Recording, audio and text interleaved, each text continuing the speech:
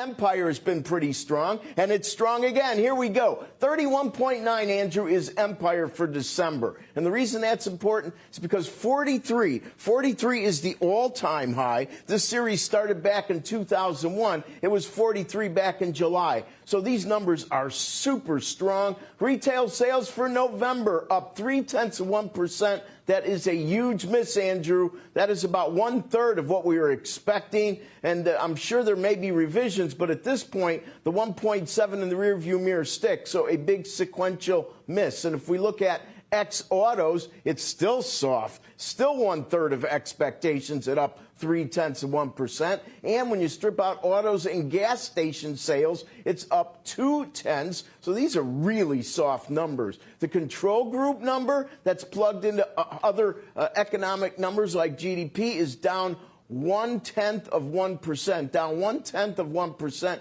That isn't at all a good number. And if we look at the last time it was a minus sign, that was in July when it was minus 1.8. So once again, big miss there. Now, let's look at what's going on with import prices. Up 0.7 month over month, as expected. If you strip out petroleum, it's still up 0.7. That's hotter than expected. And here we go.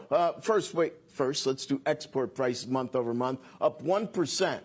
That is 2 times what we expected. We were expecting up 0.5%. So export prices are running on the hot side. Some of that, of course, may be energy. Now, year over year, 11.7 on import prices year over year. And if we look at what the current high for this series is, it was 11.6, and that was the highest in 10 years. So now this is continuing to be 12.7 is the comp in 2011. So it's still a 10-year high, just a fresher 10-year high. And on export prices, 18.2%. That one's easy. This series started back in 1983, Andrew. It's never been hotter. Okay, so 18.2 is the all-time high. Prior to that, it was 18 was the high. That was last month. And pretty much every month for the last 4 has been new, fresh, all-time year-over-year highs. So we see the inflationary pressures, and even with their effect on retail sales, it was a disappointment.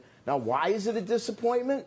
There could be a variety of reasons. It could be the variant, although I'm not sure it is. It could be that this glut of savings we always talk about because everybody was hunkered down during the worst part of the virus. Well, maybe we're running a bit lower on that, or maybe people just aren't spending as much at this point. Maybe they're a little nervous about, well, Tina. There is no alternative to stocks. That's something that the Fed should be thinking about as we speak. Back to you.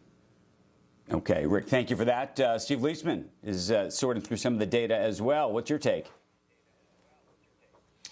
A little bit more upbeat than Rick. I mean, I think you can't take away from the fact that it is a big beat, a big miss. But here's the thing. I expected this, and here's why. If you look at the October numbers and all the talk about people bringing forward their holiday shopping, and then we had some data in our CNBC All-America survey that showed that people indeed did begin to shop earlier. So we had a very, very strong October, 1.8%. Huge number. I'm not surprised. It was revised up, by the way, by 0.1. I'm not surprised to see a fall off. Let me give you an example. You look at electronics, down minus 4.6%.